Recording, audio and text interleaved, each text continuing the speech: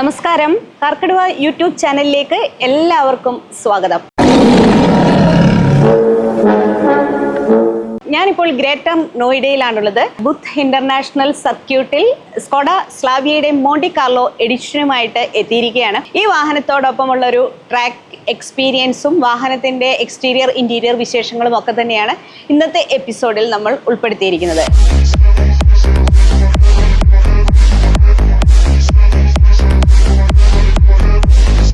മോണ്ടി Carlo എന്നത് ലോകത്തിലെ അതിപ്രശസ്തമായ motor sports ഇവൻ്റാണ്. 1911 മോണ്ടി Carlo rally തുടങ്ങുന്നത്. 1912 സ്കോഡ ഓട്ടോ ഇതിൽ പങ്കെടുക്കുന്നത്. അവർക്ക് അന്ന് അവരുടെ അതിപ്രശസ്തമായ റോഡ്സ്റ്ററുമായിട്ട് ഇതിൽ പങ്കെടുത്തതിൽ 2ാം സ്ഥാനം ലഭിക്കുകയും ചെയ്തു. അന്ന് മുതൽ ഇന്ന് വരെ സ്കോഡ ഓട്ടോ ഇതൊരു പ്രൗഡായിട്ടാണ് കാണുന്നത്. ആ ഒരു ഇവൻറ്റിൽ പങ്കെടുത്തതിൻ്റെ 112ാമത്തെ വർഷത്തെ ഒരു സ്പെഷ്യൽ എഡിഷനായിട്ടാണ് മോണ്ടി കാർലോ സ്ലാവിയ എഡിഷൻ പുറത്തിറക്കിയിരിക്കുന്നത്. ഇതുവരെ അവരുടെ മറ്റ് വാഹന ശ്രേണികളിലൊക്കെ തന്നെ മോണ്ടി കാർലോ എഡിഷൻ ബാഡ്ജിങ്ങോട് കൂടി വന്നിട്ടുണ്ട്. ആ ബാഡ്ജിങ് അവർ വളരെ വിലപ്പെട്ടതായിട്ടാണ് തന്നെ കാണുന്നത്. കാരണം ഈ മോണ്ടി കാർലോ ബാഡ്ജിങ് വെക്കുക എന്ന് പറഞ്ഞാൽ എല്ലാ വാഹന ബ്രാൻഡുകൾക്കും സാധ്യമായ ഒരു കാര്യമല്ല.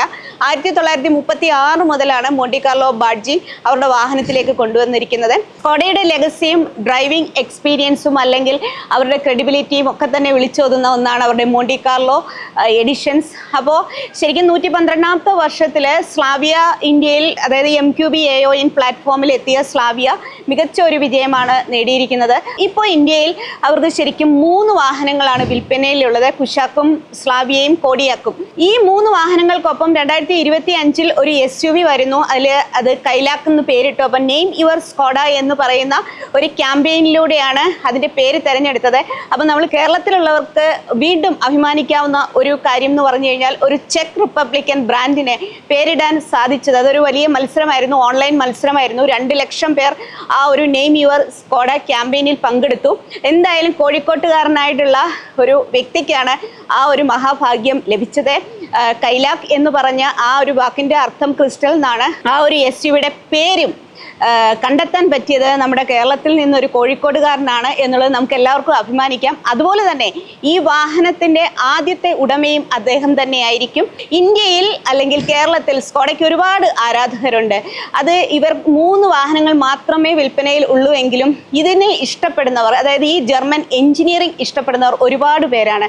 അതിനെ എപ്പോഴും എൻഹാൻസ് ചെയ്യുന്ന പോലെ എപ്പോഴും മൊമെൻ്റം ഉണ്ടാക്കുക എന്നുള്ളത് സ്കോഡ ഓട്ടോ ഇന്ത്യയുടെ ഒരു സ്ട്രാറ്റജിയാണെന്ന് പറയാം.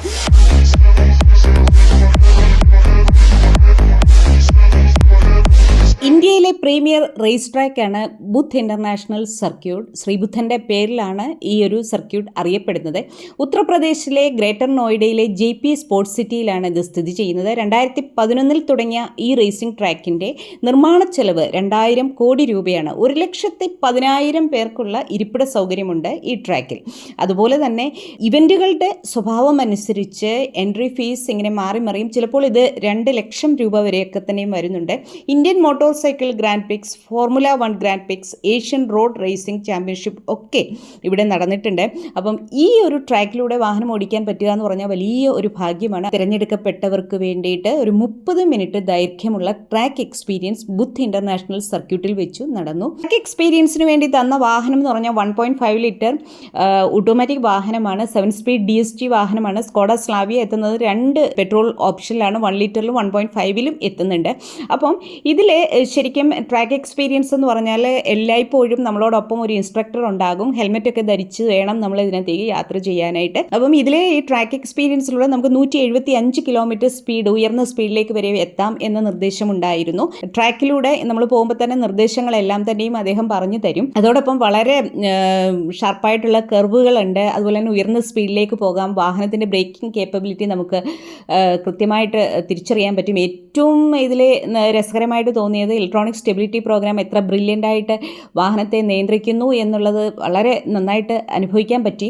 അപ്പം ഇതിൽ ഈ ട്രാക്ക് എക്സ്പീരിയൻസിൽ 3 കാര്യങ്ങളായിരുന്നുള്ളത്. ഉയർന്ന സ്പീഡിൽ വാഹനത്തിൻ്റെ ത്രോട്ടിൽ റെസ്പോൺസ്, വാഹനം എത്രത്തോളം നമ്മളുടെ ആഗ്രഹത്തിനനുസരിച്ച് ഉയർന്ന സ്പീഡിലേക്ക് പോകാൻ പറ്റുന്നു വാഹനത്തിനെന്ന് മനസ്സിലാക്കാൻ പറ്റി. ബ്രേക്കിംഗ് കേപ്പബിലിറ്റി മനസ്സിലാക്കാൻ പറ്റി. ഇലക്ട്രോണിക് സ്റ്റെബിലിറ്റി പ്രോഗ്രാം മനസ്സിലാക്കാൻ പറ്റി.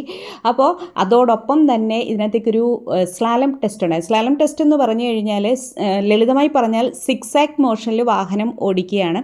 അപ്പോൾ ശരിക്കും അതിനകത്തേക്ക് കുറച്ച് നമുക്ക് കോണുകൾ വെച്ചിട്ടാണ് അവർ ഇങ്ങനെ ഒബ്സ്റ്റക്കിൾസ് ക്രിയേറ്റ് ചെയ്യുന്നത്. എന്നിട്ട് ആ ഒരു സിക്സാക് മോഷനിൽ തന്നെ വീണ്ടും യു ടേൺ ഒക്കെ ഉണ്ടാകും. അതിനുള്ള ഡയറക്ഷൻ കോണുകൾ ഇങ്ങനെ കമത്തിയിട്ടിരിക്കും. എല്ലാ അവസരത്തിലും വളരെ പ്രിസൈസ് ഹാൻഡിലിംഗ് ആയിരുന്നു സ്കോഡ സ്ലാവിയയുടേതെന്ന് പറയുന്നു. ഈ ഒരു ഓട്ടോമാറ്റിക് വാഹനവുമായിട്ട് നമ്മളിങ്ങനെ ഇത്രയും ഉയർന്ന സ്പീഡിലേക്കൊക്കെ യാത്ര ചെയ്യുമ്പോൾ ഒരു അവസരത്തിൽ പോലും ട്രാക്കിൽ നിന്ന് തെന്നി മാറുകയോ അല്ലെങ്കിൽ മറ്റ് പ്രശ്നങ്ങൾ ഉണ്ടാവുകയോ ഒന്നും തന്നെ ചെയ്തിട്ടില്ല. അത് തന്നെ ഏറ്റവും വലിയൊരു ഭാഗ്യമായിട്ട് തന്നെ കരുതുന്നു. പിന്നീട് നമ്മൾ ശരിക്കും എക്സ്പീരിയൻസ് ചെയ്തത് മൂസ് ടെസ്റ്റ് ആണ്. മൂസ് ടെസ്റ്റ് എന്ന് പറഞ്ഞു കഴിഞ്ഞാൽ ഇതേപോലെ തന്നെ കൃത്യമായിട്ടുള്ള ഒരു പാത്ത് അവരുണ്ടാക്കി വെച്ചിരിക്കും. വളരെ ഉയർന്ന സ്പീഡിൽ നമ്മൾ വാഹനം ഓടിക്കണം. അപ്പം നമ്മളുടെ മുന്നിൽ നിൽക്കുന്ന വ്യക്തി ലെഫ്റ്റോ റൈറ്റോ എന്ന് ഫ്ലാഗ് കാണിക്കുന്നതിനനുസരിച്ച് വളരെ നമ്മൾ അതിനനുസരിച്ച് വാഹനം തിരിക്കണം. അപ്പോൾ ഇത് ശരിക്കും എമർജൻസി സിറ്റുവേഷൻസിൽ വാഹനം എങ്ങനെ റെസ്പോണ്ട് ചെയ്യുന്നു, അല്ലെങ്കിൽ നമ്മളുടെ ട്രാക്കിൽ നിന്ന് അത് തെന്നി മാറുന്നുണ്ടോ അല്ലെങ്കിൽ സ്കിഡ് ചെയ്യുന്നുണ്ടോ, നിയന്ത്രണം വിട്ടു പോകുന്നുണ്ടോ എന്നൊക്കെ അറിയാനുള്ള ഒരു ബ്രില്യൻ്റ് ആയിട്ടുള്ള ഒരു സംഗതിയാണ് മൂസ് ടെസ്റ്റ്.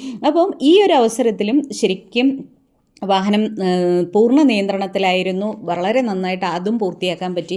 എന്നെ സംബന്ധിച്ചിടത്തോളം ബുദ്ധ് ഇൻ്റർനാഷണലിൽ വെച്ചിട്ടുള്ള ഈ ഒരു 30 മിനിറ്റ് ട്രാക്ക് എക്സ്പീരിയൻസ് എന്ന് വെച്ച് കഴിഞ്ഞാൽ സ്കോഡ സ്ലാവിയയെ ഒരുപാട് ഇഷ്ടപ്പെടുന്ന ഒരു അവസരമാണ്. അതൊരു ഒരിക്കലും മറക്കാൻ പറ്റാത്ത ഒരു എക്സ്പീരിയൻസ് എന്ന് തീർച്ചയായിട്ടും പറയാം. എന്തായാലും സ്കോഡ സ്ലാവിയ മോണ്ടി കാർലോയുടെ വില പ്രഖ്യാപിച്ചിട്ടുണ്ട്. 15,79,000 രൂപ മുതൽ 18,49,000 രൂപ വരെയാണ് ഇതിൻ്റെ showroom price. Volkswagen Virtus GT ലൈനിന് ഒരു സഹോദരനെ കിട്ടി എന്ന് തന്നെ പറയാം. എല്ലാവരും ഒരേ കുടുംബമാണ്. സ്കോഡയാണെങ്കിലും ഫോക്സ് വാഗൻ ആണെങ്കിലും എല്ലാം തന്നെയും. അപ്പം ഈ മോണ്ടി കാർലോ സ്ലാവിയ എഡിഷൻ എത്തുന്നത് ടൊർണാഡോ റെഡിലും ക്യാൻഡി വൈറ്റിലുമാണ്. എന്നാലും ഏറ്റവും ഭംഗിയായിട്ടുള്ളത് ഈ റെഡ് തന്നെയാണെന്ന് തീർച്ചയായിട്ടും പറയുന്നു. ഇലക്ട്രോണിക് സ്റ്റെബിലിറ്റി പ്രോഗ്രാം ഓരോ നാവിഗേഷനിലും ബ്രില്യൻ്റായി കാറിൻ്റെ ഡൈനാമിക്സിനെ നിയന്ത്രിച്ചു കൊണ്ടേയിരുന്നു. അപ്പോൾ എന്തായാലും perfect car for tracking experience എന്ന് പറയാം. അതേപോലെ തന്നെ നേരത്തെയും സ്കോഡ സ്ലാവിയ ഒരുപാട് തവണ ഓടിച്ചിട്ടുണ്ട്, നാട്രാക്സിലൂടെയും ഓടിച്ചിട്ടുണ്ട്. അപ്പം നിത്യ ഉപയോഗത്തിനു വേണ്ടിയും ഈ കാർ ഒരു പെർഫെക്റ്റ് സെഡാനാണെന്ന് പറയുന്നു. മോണ്ടി കാർലോ എഡിഷൻ ആണെങ്കിലും ഇതിൻ്റെ എഞ്ചിനിൽ യാതൊരു വിധമായ പുതിയ പ്രത്യേകതകളൊന്നും തന്നെ വന്നിട്ടില്ല. കോസ്മെറ്റിക് ചേഞ്ചസ് മാത്രമേ വന്നിട്ടുള്ളൂ. ഇത്രയൊക്കെയാണ് ബുദ്ധ് ഇൻ്റർനാഷണൽ വെച്ചിട്ടുള്ള ട്രാക്ക് എക്സ്പീരിയൻസ്.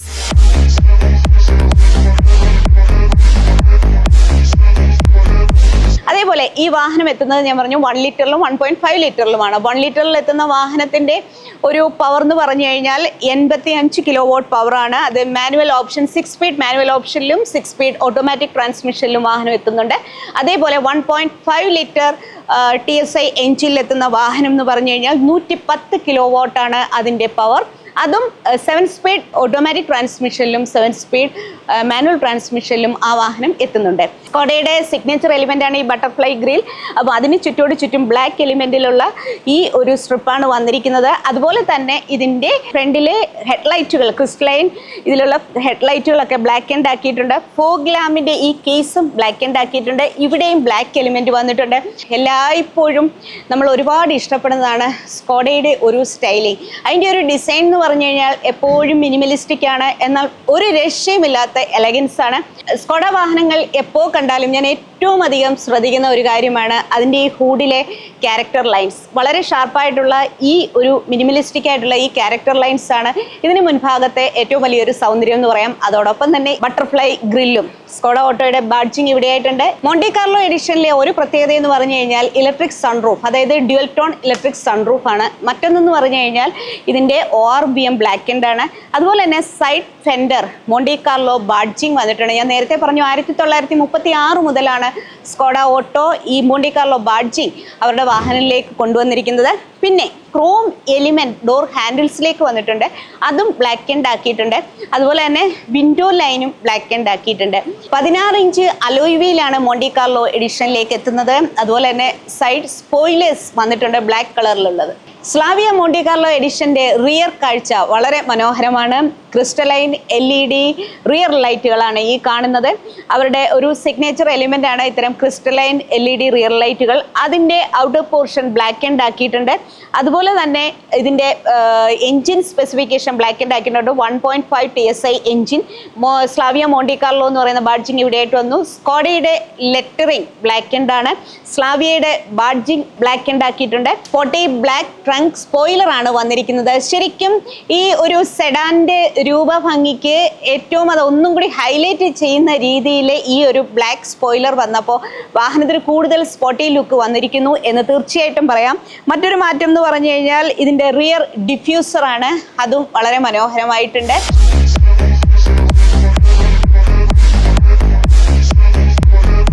എനിക്ക് തോന്നുന്നത് ഇന്ന് ലോകത്തിലെ ഏറ്റവും നല്ലൊരു കോമ്പിനേഷൻ എന്ന് പറയുന്നത് തന്നെ റെഡും ബ്ലാക്കും ആണ്. അപ്പോൾ റെഡും ബ്ലാക്കും കൂടെ ബ്രില്യൻ്റ് ആയിട്ട് തന്നെ മോണ്ടി കാർലോ എഡിഷൻ സ്ലാവിയയിൽ അവർ കൊണ്ടുവന്നിട്ടുണ്ട്.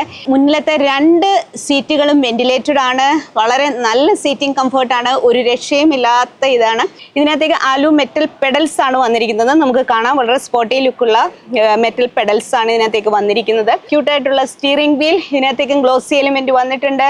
സ്കോഡയുടെ ബാഡ്ജിങ് കാണാം. 25.4 സെന്റിമീറ്റർ വലിപ്പത്തിലുള്ള ഇൻഫോർടൈൻമെന്റ് സിസ്റ്റം, അതുപോലെ തന്നെ 20.32 സെന്റിമീറ്റർ വലിപ്പത്തിലുള്ള ഇൻസ്ട്രുമെന്റ് ക്ലസ്റ്റർ.